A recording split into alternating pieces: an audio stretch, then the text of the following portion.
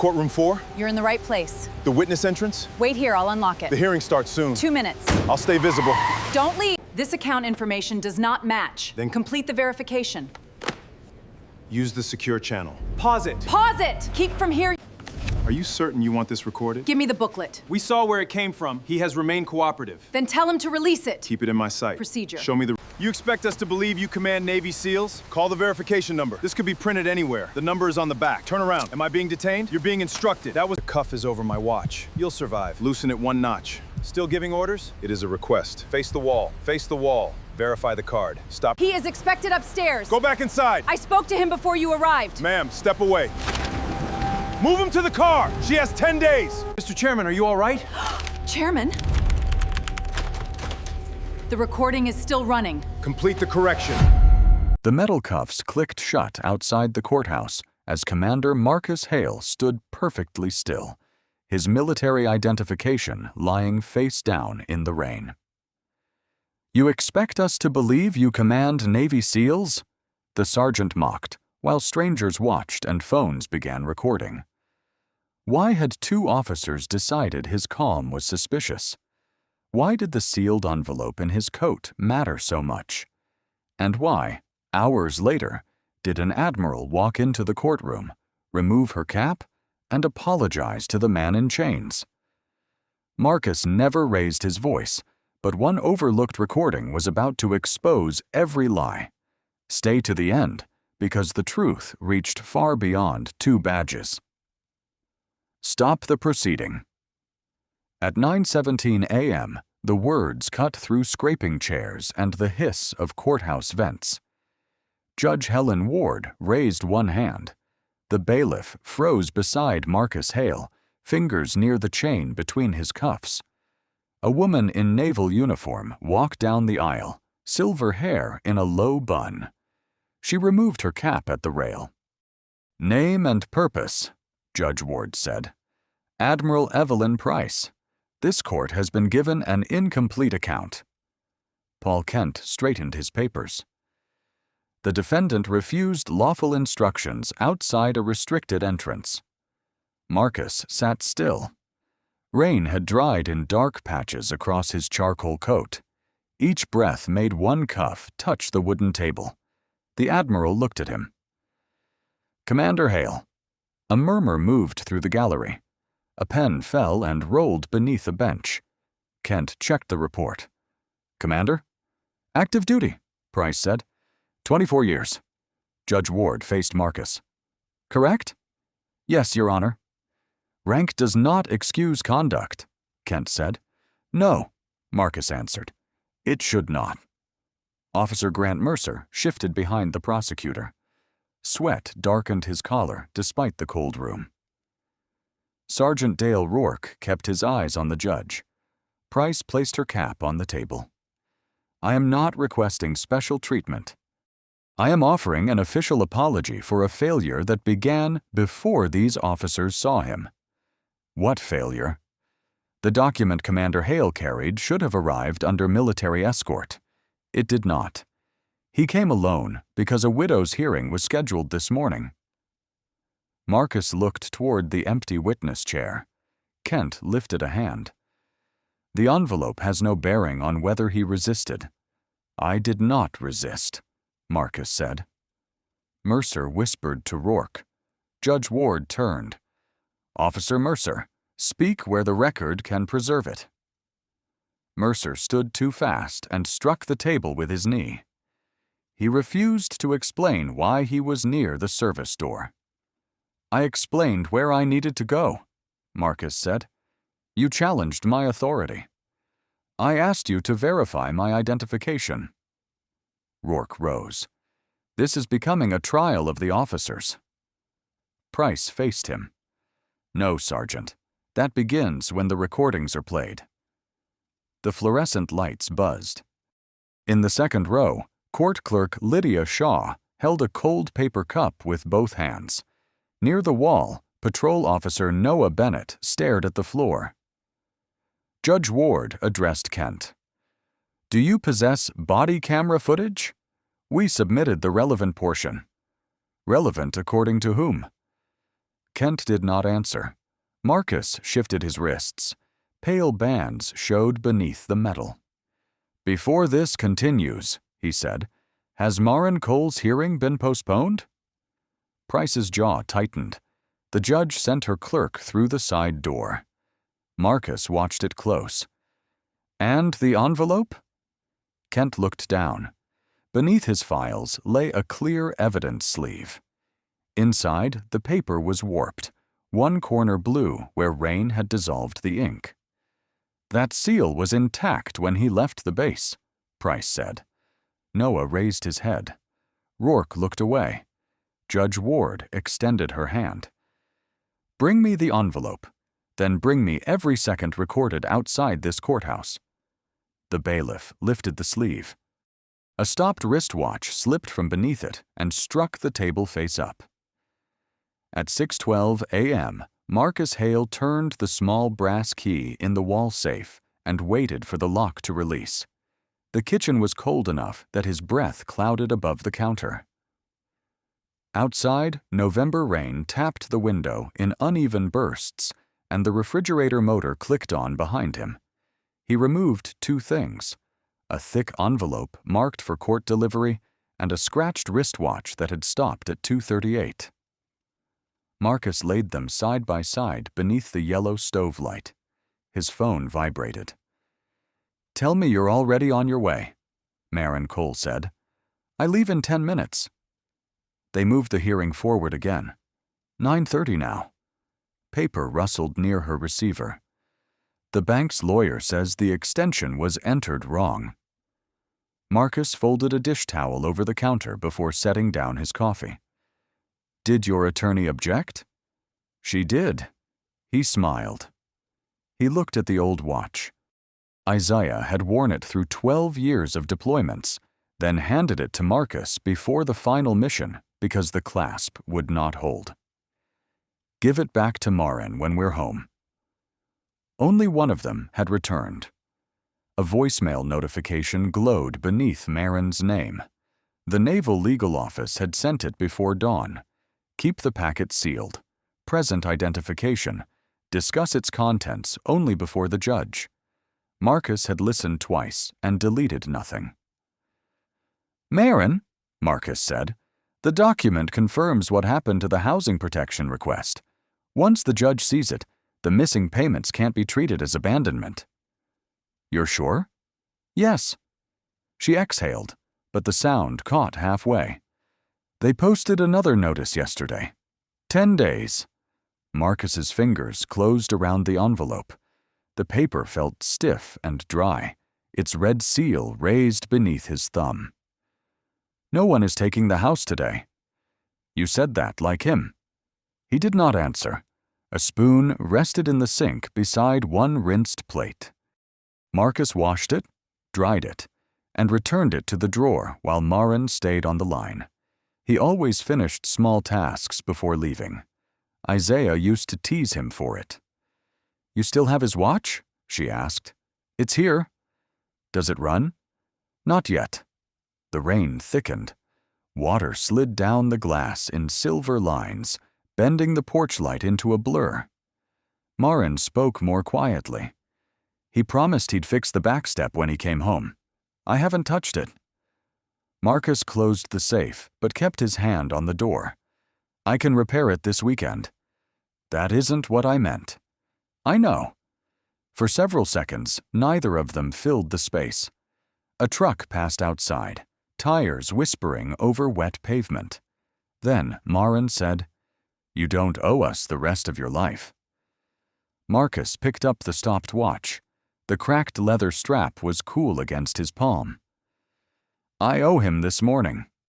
He ended the call, placed the watch in the inside pocket of his charcoal coat, and slid the sealed envelope into the waterproof folder prepared by the Naval Legal Office. On the table, his silver military watch showed 6:27. Before leaving, he turned the handle of his coffee mug toward the empty chair across from him. At 6:31, another message appeared on his phone. Courthouse main entrance closed. Use service access on Mercer Street. Marcus read it twice, slipped the phone away, and stepped into the rain. At 7:04 a.m., Marcus found the courthouse's Mercer Street entrance behind orange barriers and a plywood sign pointing toward a gray steel door. Rainwater carried leaves along the curb. He tucked the folder beneath his coat and pressed the intercom. Nothing happened. He pressed again. A red camera light blinked above him. The door opened 3 inches. A woman with auburn hair pinned at the neck looked through the gap.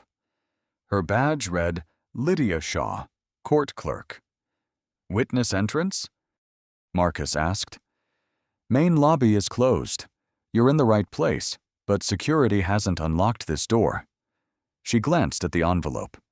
Which courtroom? Ward, 9:30. Come back in 10 minutes.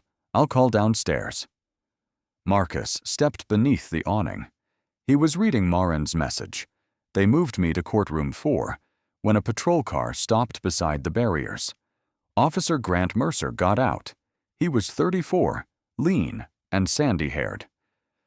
Sir, move away from the door. I'm waiting for court staff.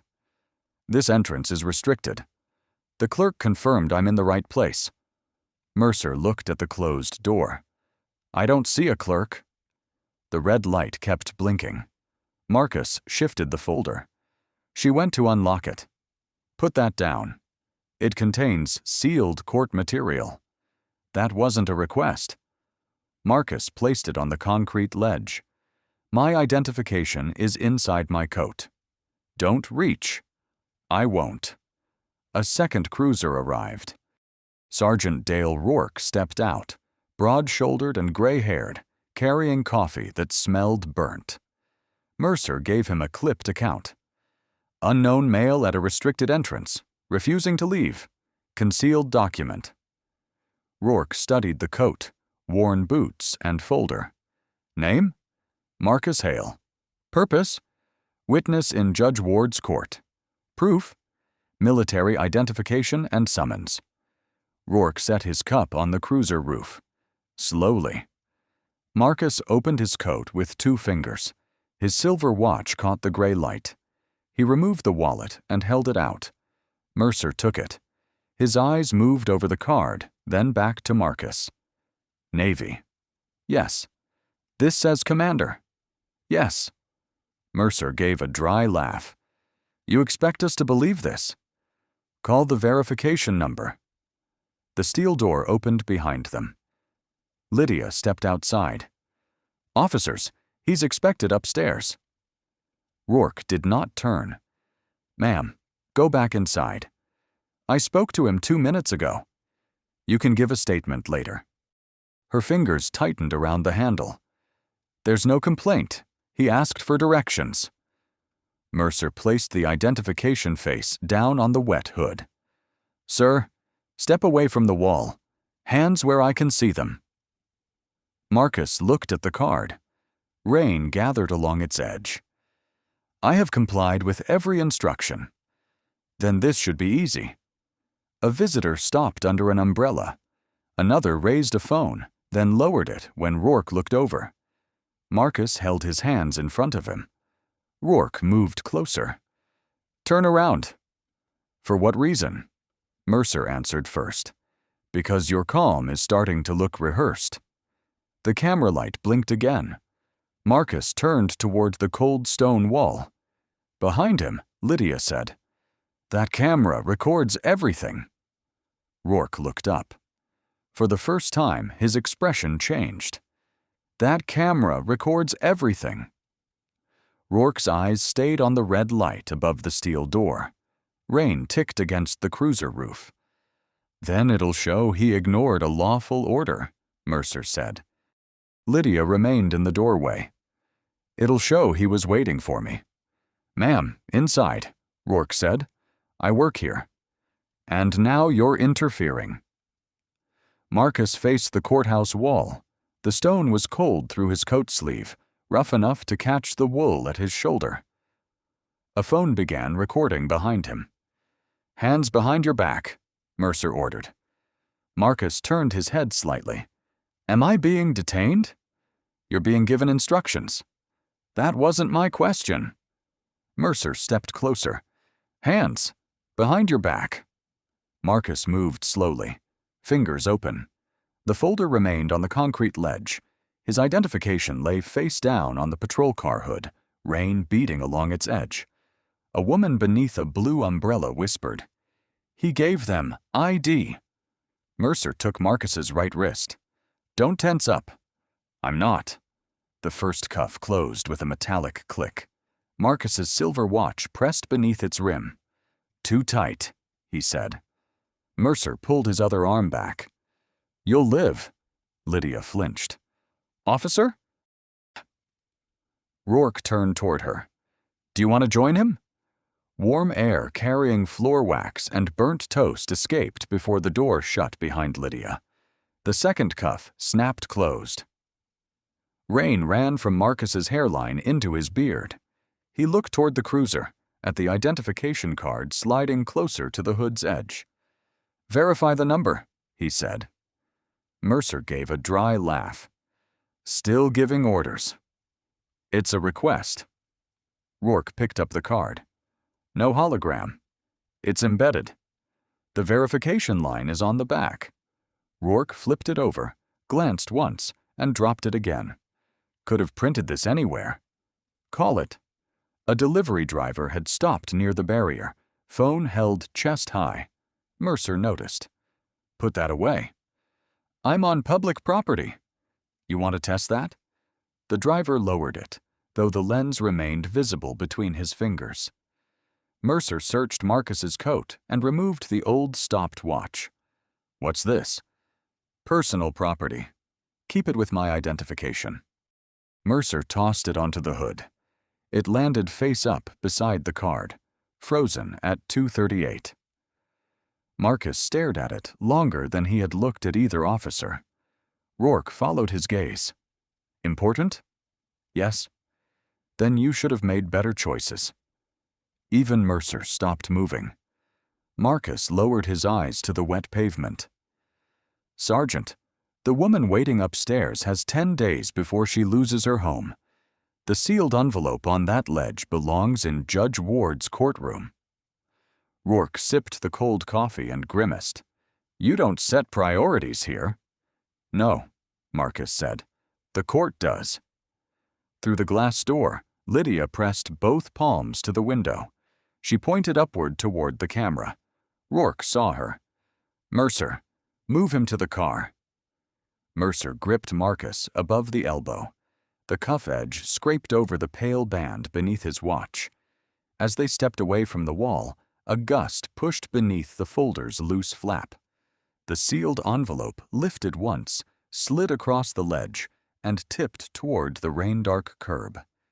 The envelope struck the curb, flipped once, and landed seal first in the gutter. Pick it up, Marcus said. His voice rose just enough to stop the woman beneath the blue umbrella. Rourke watched water curl around the packet. It stays where it fell. That document belongs to Judge Ward. It may be evidence now. Evidence of what? Mercer opened the cruiser's rear door. Get in. Marcus did not move. Rain slid from his beard onto his navy sweater. At the curb, blue ink began feathering away from the official seal. The woman upstairs can lose her home because of this delay, he said. Let the clerk take it. You don't decide who touches evidence, Rourke replied. Lydia pushed through the steel door, holding a clear document sleeve and gloves. I can preserve it. I told you to stay inside. And I told you he was expected. Mercer leaned closer to Marcus. Get in voluntarily. Marcus looked past him. One corner of the envelope had softened and curled. The red seal remained intact, but the case number along the edge was dissolving. Read the number, he told Lydia. Rourke blocked her path. No. She stopped 3 feet from the gutter. Her shoes squeaked on wet concrete. I can see part of it. 47C, then 91. 72, Marcus said. Lydia repeated the sequence and reached for her phone. Mercer pointed at her. "Are you recording us?" "I'm writing down a court number." "Put it away." "No."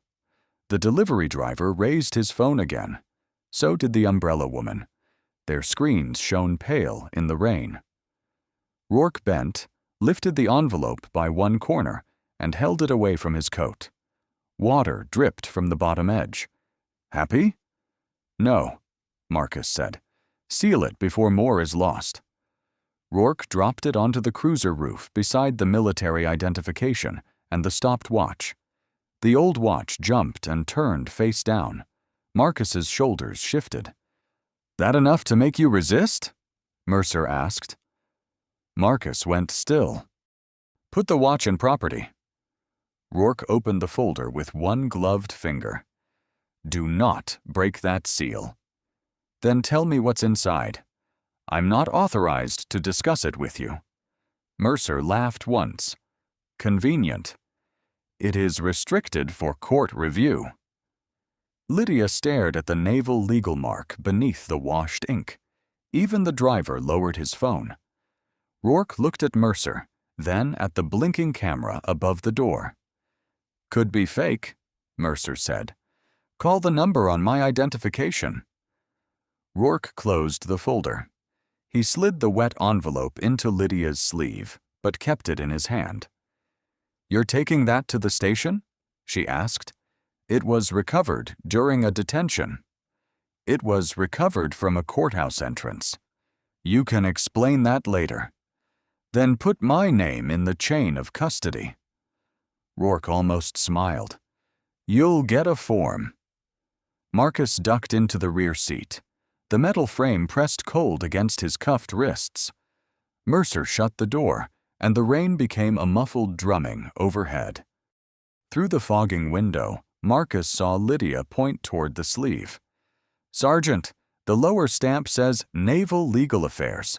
I saw it before the ink ran." Rourke placed the envelope in the front evidence bag. Then he turned his body camera off.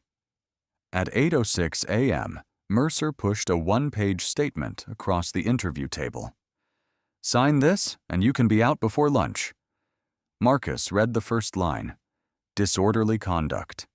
Failure to obey. Interference with court security. The room smelled of disinfectant and old coffee. A vent rattled above the door, blowing cold air across his damp sleeves. Red grooves marked his wrists. "This says I refuse to identify myself," Marcus said. "You refuse to cooperate." "I handed you identification." "You argued about it." "I asked you to verify it." Mercer tapped the signature line. "Same difference when an officer gives an order." Marcus turned the page back toward him. "No." The door opened. Rourke entered, carrying the wet evidence sleeve. The envelope had buckled. Blue ink staining one corner. "You're making this harder than it needs to be," Rourke said. "For whom?" "You admit you caused a disturbance. We release you with a citation." "The widow upstairs does not go home if that document misses her hearing." Mercer leaned over the table. "Stop hiding behind her." Marcus met his eyes. "Preserve both body camera files. Preserve the courthouse camera. Call the verification number on my identification. Then write what happened." Rourke gave a dry laugh. "You think you're running an inquiry? No? I think you know one is coming." Behind the one-way glass, Noah Bennett held the property ledger. He had logged Marcus's military card at 7:42. Mercer's draft report claimed identification had not appeared until 7:51. Noah checked the camera console. Mercer's recording began at 7:08. Rourke's began at 7:14, stopped 5 minutes later, then resumed at 7:27. He played the first file. Marcus's voice came through the headphones. "Call the verification number." 8 seconds later, Rourke answered, "Could have printed this anywhere." Noah removed one earbud. The records clerk beside him whispered, "Something wrong?" "What time was the arrest code entered?" 7:23. The report says 716. Maybe they corrected it. Without an amendment tag? Her gaze shifted toward the glass. Inside, Mercer placed the pen across Marcus's fingers. Last chance. Marcus set it down carefully, perpendicular to the unsigned line. My phone call. After processing. I have been processed. Rourke pulled the paper away. Book him overnight. Court in the morning. Mercer glanced at the wall clock. For this? He wants procedure. Give him procedure. Noah stepped into the doorway, his collar still dark from rain. Sergeant, the camera timestamps don't match the report. Rourke turned. What did you say? The footage starts before the detention time listed here. Mercer looked toward the one-way glass. Rourke took the ledger from Noah's hands. You're reading a draft. The arrest code is earlier too. Then fix the code. Noah stayed where he was. Rourke lowered his voice. That is an instruction. Marcus watched the report tremble between Noah's fingers. A desk phone rang down the hall. Once, twice. Then the dispatcher called through the doorway. Courtroom 4 is asking why their witness never arrived. Marcus looked at the warped envelope. Rourke closed the door before anyone answered. At 8:41 a.m., Marin Cole stood when Judge Ward entered Courtroom 4. Sit down, Ms. Cole. Where is your witness? Marin looked at the empty chair beside her. Marcus's name card rested against a glass of untouched water. He was coming from the naval station. Victor Sloan, the bank's attorney, adjusted his cufflinks. Your Honor, this matter has already been continued twice.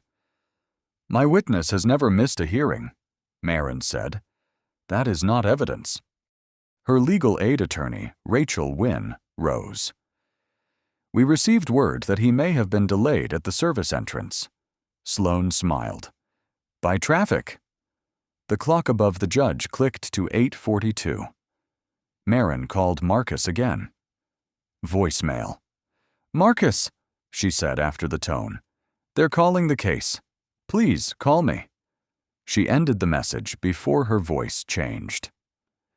Judge Ward opened the file. The issue is whether the late Commander Isaiah Cole remained eligible for protected housing status when payment records stopped. Commander Hale has the sealed confirmation, Rachel said. Which is not here, Sloan replied. Marin smoothed the bent corner of Marcus's name card. The paper had gone soft beneath her thumb. Across the aisle, Sloan placed a foreclosure order on the table. We ask the court to close evidence and authorize possession. The benefits claim was frozen, Rachel said, because no qualifying documentation was produced. Every time someone passed outside, the brass door handles moved.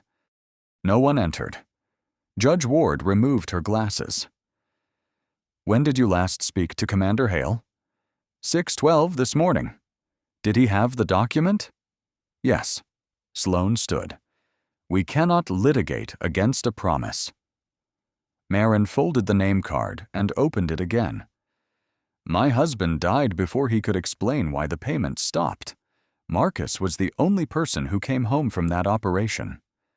The vent hummed. The clock clicked. Sloan glanced at the judge. That history is regrettable, but it does not repair the record. Rachel touched Marin's sleeve. Don't answer him. Marin looked at the empty chair. He always answers, she said. At 8:57, Lydia Shaw slipped into the rear of the courtroom, rain darkening her cardigan. She caught Rachel's eye and pointed toward the hall. Rachel requested a recess. Outside, Lydia spoke quickly. Your witness was detained at the service entrance. Marin gripped the wall rail. For what? I don't know. They took him in the envelope. Was he hurt? No. He stayed calm. That makes people think he doesn't need help. Lydia lowered her eyes. I should have done more. Rachel asked, Did you see the case number? Lydia recited it from memory. Back inside, Rachel gave the number to the judge and requested time to locate the document. Sloane objected before she finished. Judge Ward studied Marin, then wrote one line on the docket. This court will recess until 9 tomorrow morning. No further extension. Marin sat down, slowly. The courtroom lights made the foreclosure order look almost white. Sloane gathered his files. 24 hours changes nothing. The empty witness chair scraped the floor as Marin pulled it closer. She placed Marcus's folded name card on the seat and waited for her phone to ring. At 9:26 p.m., the holding cell lights dimmed but did not switch off. Marcus sat on the narrow bench against painted concrete. The air smelled of bleach, damp wool, and metallic water. Beyond the door, a printer started, stopped, then started again. Rourke had signed the overnight hold himself. Through the slot, a booking officer pushed in a paper cup. Court at 8. My hearing is not the one at risk. The officer hesitated. Has the envelope been logged? I was going to ask you. I don't handle evidence. Then ask who does. The slot closed. Marcus drank. The water ached in his teeth. A pale strip marked where his silver watch had been removed. He covered it with his other hand and listened to the wall clock. At the property desk, Noah Bennett compared the evidence sheet with the bag.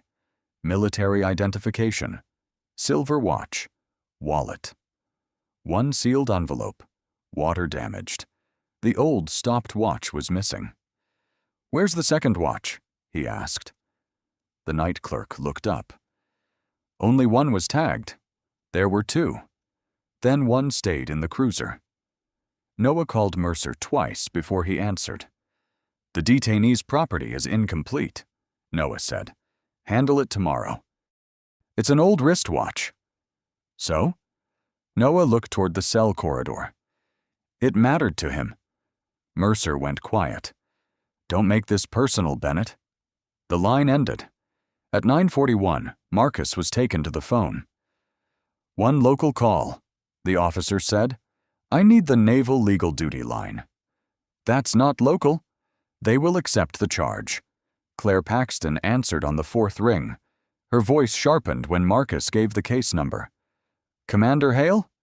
Yes. We were told you never reached court. I reached it. What happened? Rourke stood at the end of the hall, reading a file.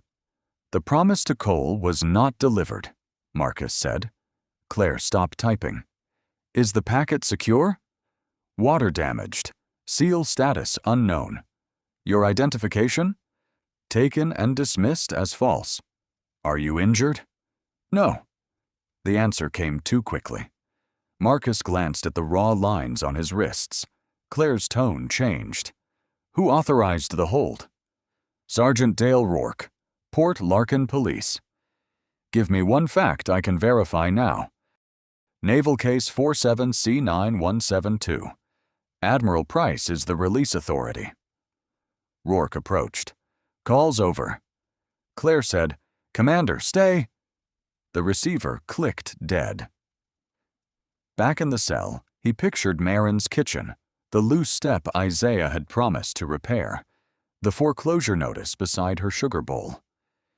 His breathing lost its rhythm. He pressed his thumb against the pale watch mark. 1 second. 2. Then he straightened. At 10:03, Claire entered the Naval Duty office in rain boots, her coat over sleep clothes. She entered the case number into the secure system.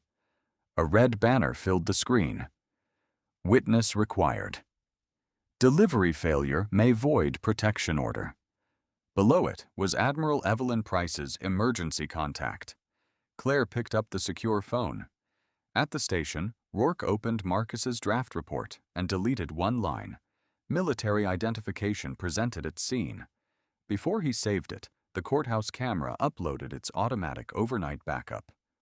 At 10:07 p.m., Claire Paxton placed the secure call. Admiral Evelyn Price answered without greeting.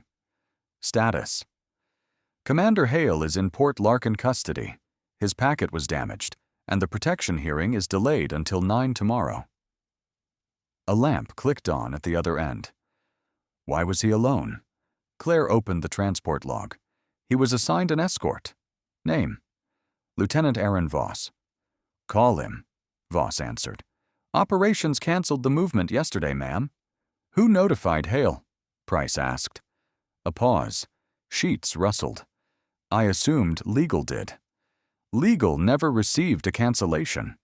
Price's voice lowered. Then no one told him. The case banner flashed. Delivery failure may void protection order. The packet contains the only declassified confirmation tying Cole's death to the interrupted housing authorization, Claire said. I know. If the seal was opened, we replace the packet. We do not replace the lost day. Price ordered the duty driver, records officer, and base counsel called in. Then she asked, Did Hale request intervention? No. He gave the case number and said, The promise to Cole was not delivered. Rain struck the office window. Prepare my uniform, Price said. We leave at 5. At the courthouse, Lydia Shaw sat alone in the security room, her damp cardigan over a chair. The building smelled of floor wax and cooling radiators. On screen 4, Marcus stood beneath the awning, hands visible, while Mercer approached. The recording system showed automatic deletion at midnight. Lydia inserted an archival drive. Export requires supervisor authorization. She called security supervisor Martin Keene. He answered on the 6th ring. This can wait until morning. No, it can't. What are you preserving? A detention at the witness entrance. Police handle their own recordings. This one belongs to the court. Keene sighed. Do not involve yourself in an active arrest. It stopped being active when they took him away. Lydia. She studied the paused image of Marcus's military card in his open hand.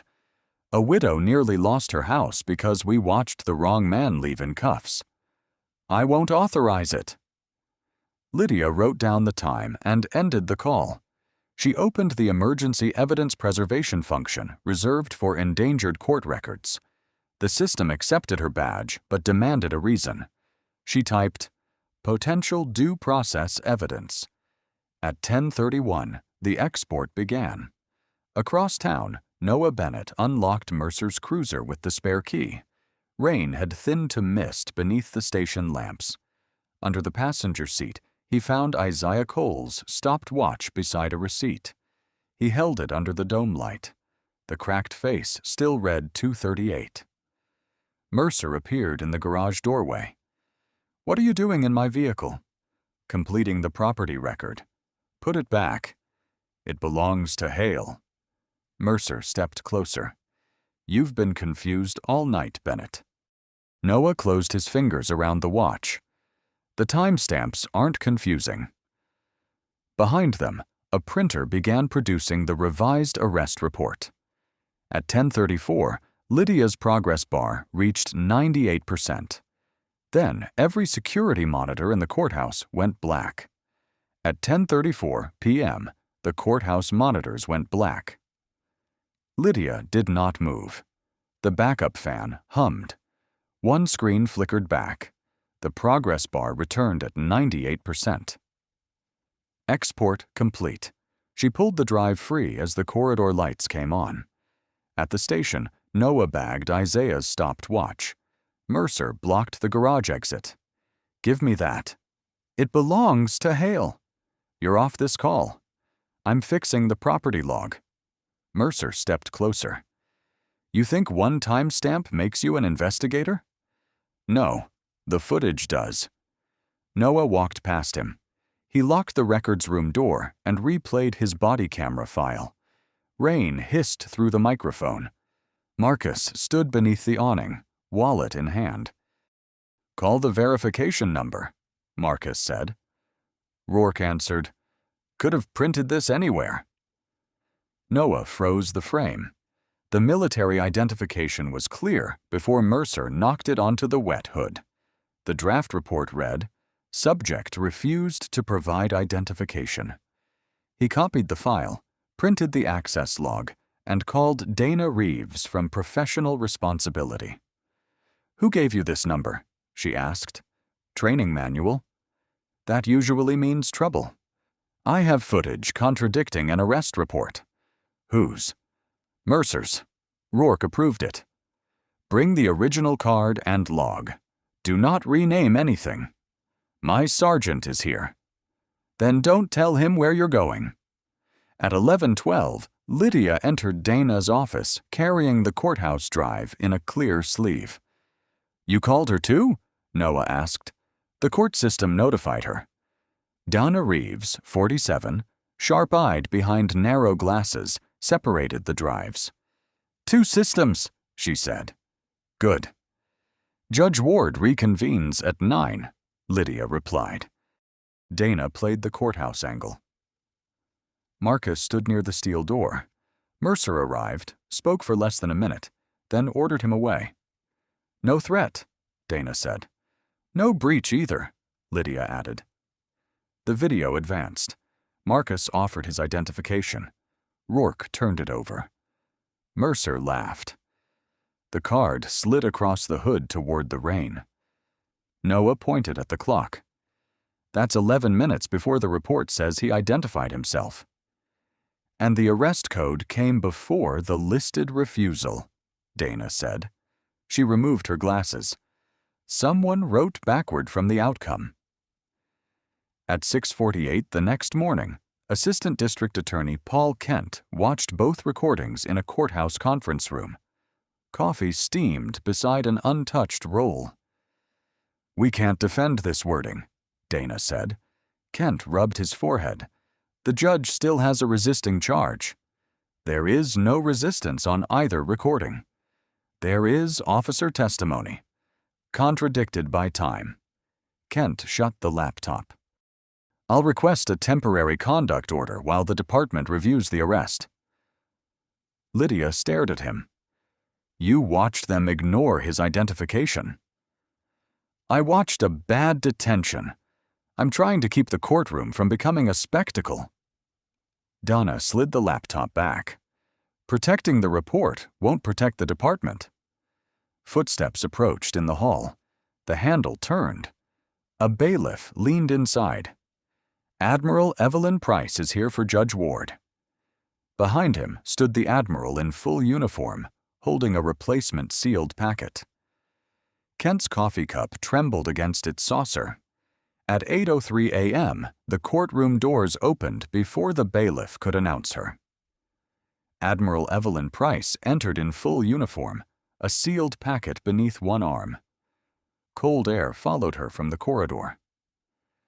Paul Kent stood, his chair striking the table. Judge Ward looked over her glasses. "Admiral, this court is in session." "Yes, Your Honor. That is why I came." Marcus sat at the defense table, wrists cuffed, his coat dried stiff at the shoulders. Price saw him and slowed. She stopped at the rail and removed her cap. "Commander Hale." The gallery stirred. Kent raised a hand. "Rank does not determine whether an arrest was lawful." "No," Price said. "Evidence does." Judge Ward pointed to the witness stand. "Name and purpose."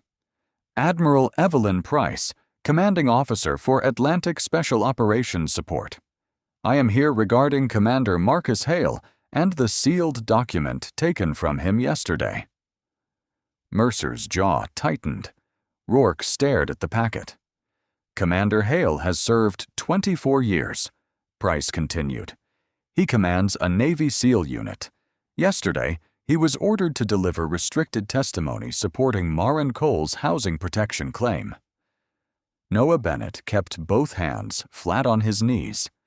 Kent said, "The officers could not confirm that at the scene." Marcus spoke for the first time. "They were given the number." The chain between his cuffs touched the wood. Price faced him. Your assigned escort was canceled by an administrative error. You were never notified. You should not have been sent alone. Marcus did not move. I apologize, she said, on behalf of my command. Only the fluorescent hum remained. Marcus looked at the packet. Was Mrs. Cole's document restored? Yes. Then give it to the judge. Price placed it on the clerk's desk. Kent stepped forward. Before this becomes a ceremony. It is not a ceremony, Price said. Judge Ward struck the gavel once. Mr. Kent? He stopped. She turned to Marcus. Commander Hale, I can order your immediate release. Not because of my rank. Ward's expression sharpened. Explain. If the arrest was lawful, my uniform changes nothing. If it was not, the court should know why before these cuffs come off. Rourke rose. He is turning a routine detention into an attack on the department. Marcus kept his voice level. Play the recordings. Dana Reeves carried 2 evidence sleeves to the clerk. Independent copies from the courthouse and Officer Bennett's camera. Mercer looked at Noah. You copied department evidence? I preserved it. Price set her cap on Marcus's table, leaving both hands visible. Judge Ward scanned the room. No one leaves. The bailiff closed the rear doors. Marin entered through the side aisle, breathless, her green dress creased. She saw Marcus and stopped. You came, she whispered. I said I would. The clerk inserted the first drive. Rain filled the courtroom speakers. On the monitor, Marcus stood beneath the awning. Identification extended before any officer touched him. Then Rourke's recorded voice said, Could have printed this anywhere. Judge Ward leaned forward. The red seal on the damaged envelope shone beneath the evidence plastic. Start it again, she said. From the first second. Start it again, Judge Ward said. The clerk reset the video to 7:04 a.m. Rain hissed through the speakers. Marcus stood beneath the awning with his wallet and sealed folder. Lydia's recorded voice came through the door. You're in the right place. 40 seconds later, Mercer's cruiser entered frame.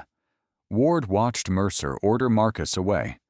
Marcus explained the hearing, offered identification, and asked that the number be verified. Rourke read the back, then let the card fall onto the wet hood. The judge paused the image. Officer Mercer, show me the refusal in your report. Mercer swallowed. His behavior was obstructive. Show me. Kent rose. Tone is not always captured by video. Dana Reeves answered. Both cameras captured it. Ward resumed playback.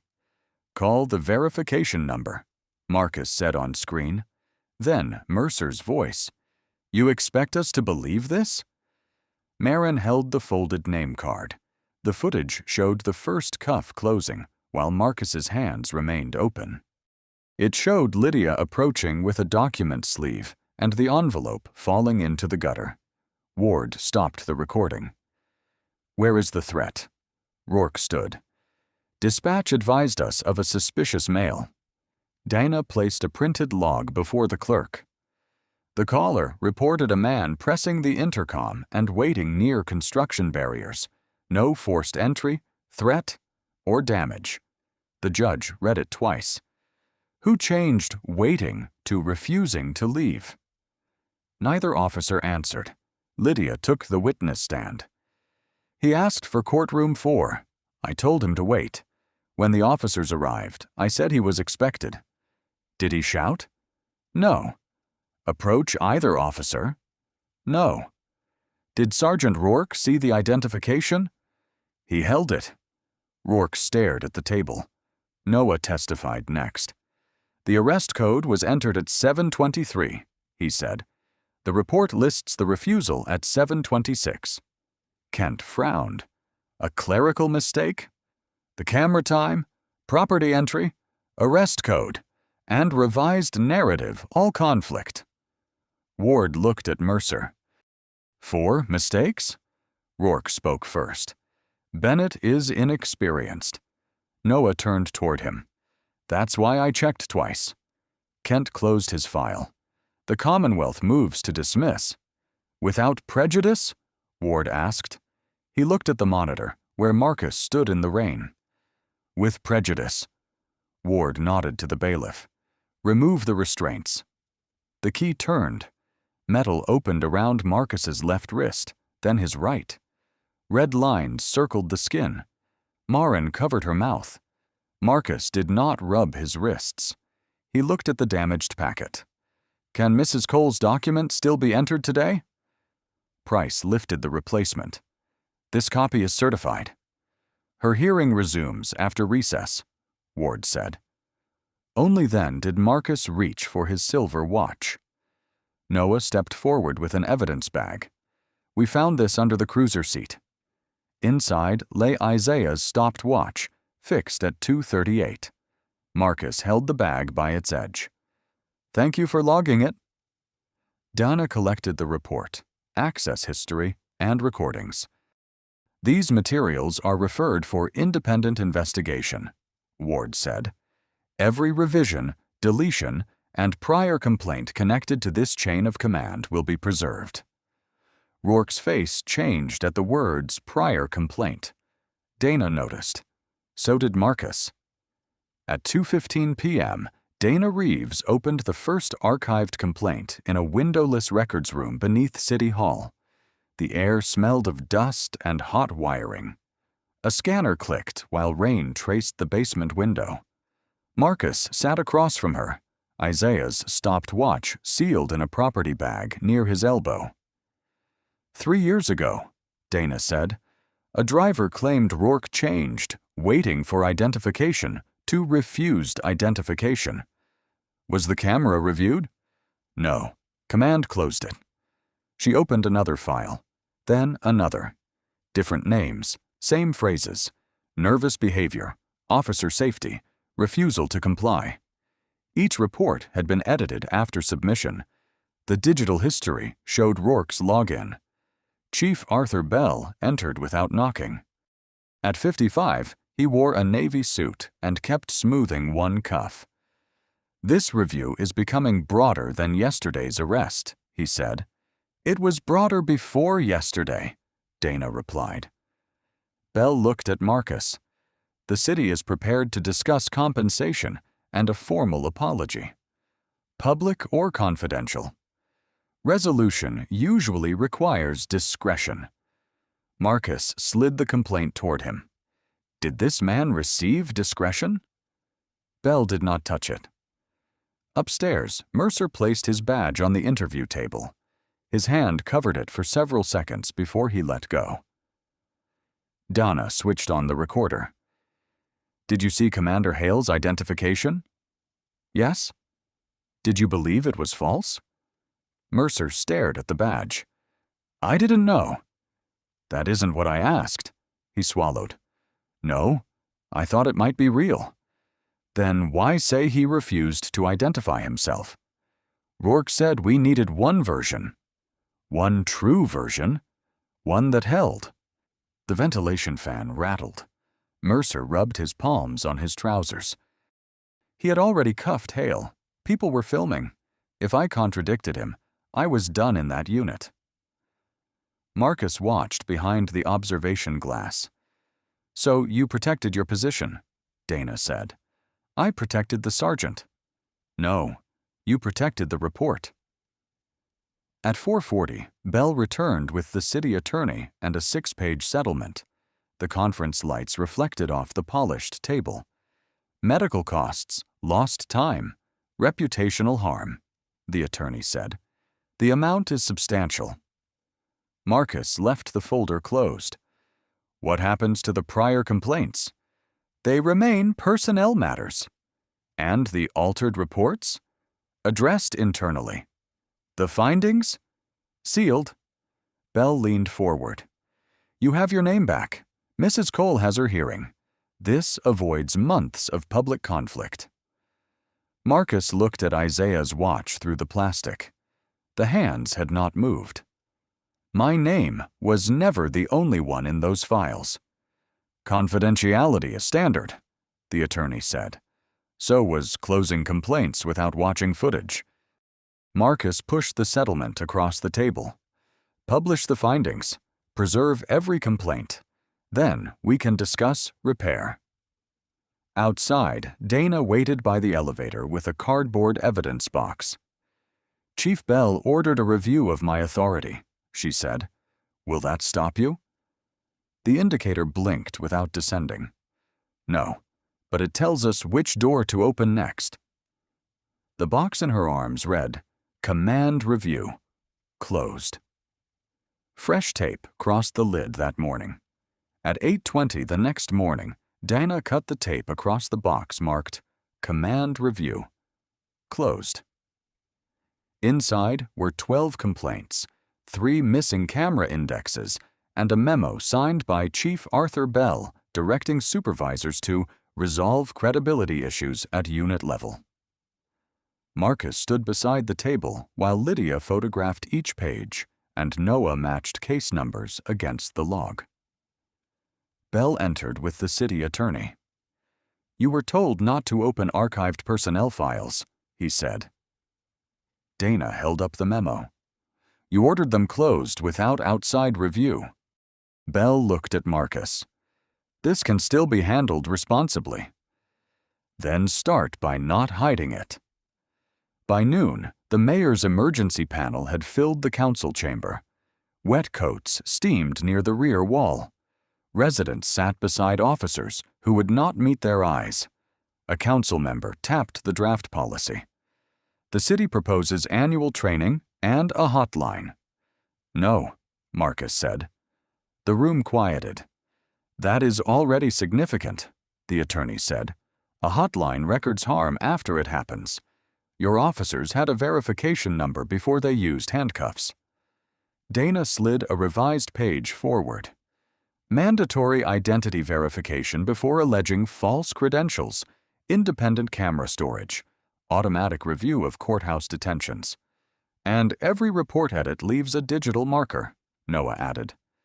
Bell leaned toward the microphone. That implies supervisors cannot be trusted, Lydia answered from the public table. The old system assumed they always could. No one applauded. During recess, Marcus stood at a side desk with the final proposal. At the top, someone had typed, The Marcus Hale Accountability Program. He drew one line through his name. That title recognizes what happened to you, the attorney said. It makes the rule depend on who I am. What would you call it? Marcus wrote. Dignity Verification Standard. Noah read it. Less dramatic. It needs to work after people forget me. At 4:05 p.m., the panel voted unanimously. Bell was placed on administrative leave. Rourke's certification was suspended.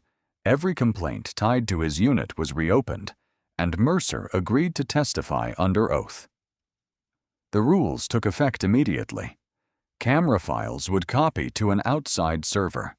Courthouse detentions would trigger review within 24 hours. No supervisor could alter a narrative without leaving the original visible. Noah was assigned to build intervention training.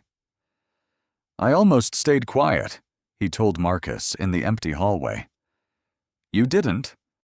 I waited too long. Then teach the next person to move sooner. Lydia joined them with a plain envelope. The council appointed me to the Civilian Oversight Board. Marcus turned the letter so the signature faced her and handed it back. You already earned the seat. Outside, the rain had stopped. Workers removed the plywood sign from the courthouse entrance, exposing clean stone beneath it. Dana stepped onto the sidewalk with the reopened case list. There are more names than we thought. Marcus looked at the pages, then at the door where his identification had lain in the rain. Then we keep going. Behind them, the new camera above the entrance blinked once and began recording to a server no one in the building could erase. 3 weeks later, the courtroom smelled of fresh paint instead of wet wool. Marin sat beside Rachel Wynne while Judge Ward reviewed the restored naval record. The certified packet confirmed that Isaiah Cole's final deployment had interrupted the housing authorization, not canceled it. The bank's claim was withdrawn, the foreclosure order voided, and every missed benefit payment restored. Judge Ward looked at Marin. "The house remains yours." Marin pressed both hands flat against the table. For a moment, she could not stand. Then she turned toward Marcus. "You kept the promise." "We finished it," he said. Outside, workers had replaced the plywood sign with a plain plaque marking the witness entrance. Above it, the camera light blinked steadily. Lydia Shaw walked past, carrying her first stack of oversight files. She no longer lowered her voice when officers entered the room. By January, the public report filled 86 pages. It found that Dale Rourke had altered or directed changes to 7 arrest narratives. His certification was revoked, and the department terminated him after an independent hearing. Arthur Bell resigned before the council vote, but the report still named the complaints closed under his command. Grant Mercer admitted under oath that he had seen Marcus's identification and supported a false account. He lost his patrol position, accepted an administrative assignment, and began community service while the licensing board reviewed his future. There was no applause when the findings were read. Noah Bennett sat in the back row with a training binder on his knees. Its first page read, "Dignity Verification Standard." He began each class with 37 seconds of footage and one question: what should have happened before the cuffs? Donna Reeves remained in charge of the reopened cases. Her authority became permanent after the council created an independent review office. 12 families received new hearings. 4 records were corrected. 2 officers came forward before investigators reached them. Marcus declined every invitation to stand beside the mayor. "I don't need a podium," he told Dana. "I need the files to stay open." On the first clear morning in February, he met Marin on a bench above the gray Atlantic. Wind moved through the beach grass. She carried 2 coffees. He carried a small wooden box. "I found someone who still repairs these," Marcus said. Inside lay Isaiah's watch. The cracked crystal had been replaced, the leather strap matched, and the hands moved past 2:38 for the first time in years. Marin touched the face with one finger. "You could have kept it." "It was never mine." She fastened it around her wrist. The ticking was faint beneath the wind. "The back step is fixed," she said. Marcus nodded. "I know." "You came by?" "Noah helped. Lydia brought the wrong screws. Dana brought the right ones." Marin laughed once, then covered her mouth. Marcus looked toward the water and gave her time. After a while, she asked, "Do you ever think about that morning?" "Sometimes." "What part?" "The moment everyone saw the card and decided not to see it." She turned the watch toward the pale sun. "And now?" Marcus watched the second hand cross the place where it had once stopped. "Now it moves." Behind them, the courthouse bell carried across the harbor. The watch kept ticking. Have you ever witnessed someone being judged, dismissed, or mistreated before the facts were known? Share what happened in the comments, especially if one quiet decision changed the outcome. Send this story to someone who believes dignity should not depend on rank, clothing, or who is willing to speak the loudest. Stories like Marcus's matter because systems rarely change on their own. Change begins when witnesses preserve the truth, colleagues refuse to stay silent, and ordinary people demand fair procedures. Subscribe for more stories about justice, quiet resilience, accountability, and the reforms that follow when hidden mistakes are finally brought into the light. Your voice, your experience, and your willingness to share may help someone else recognize the moment when staying silent is no longer enough.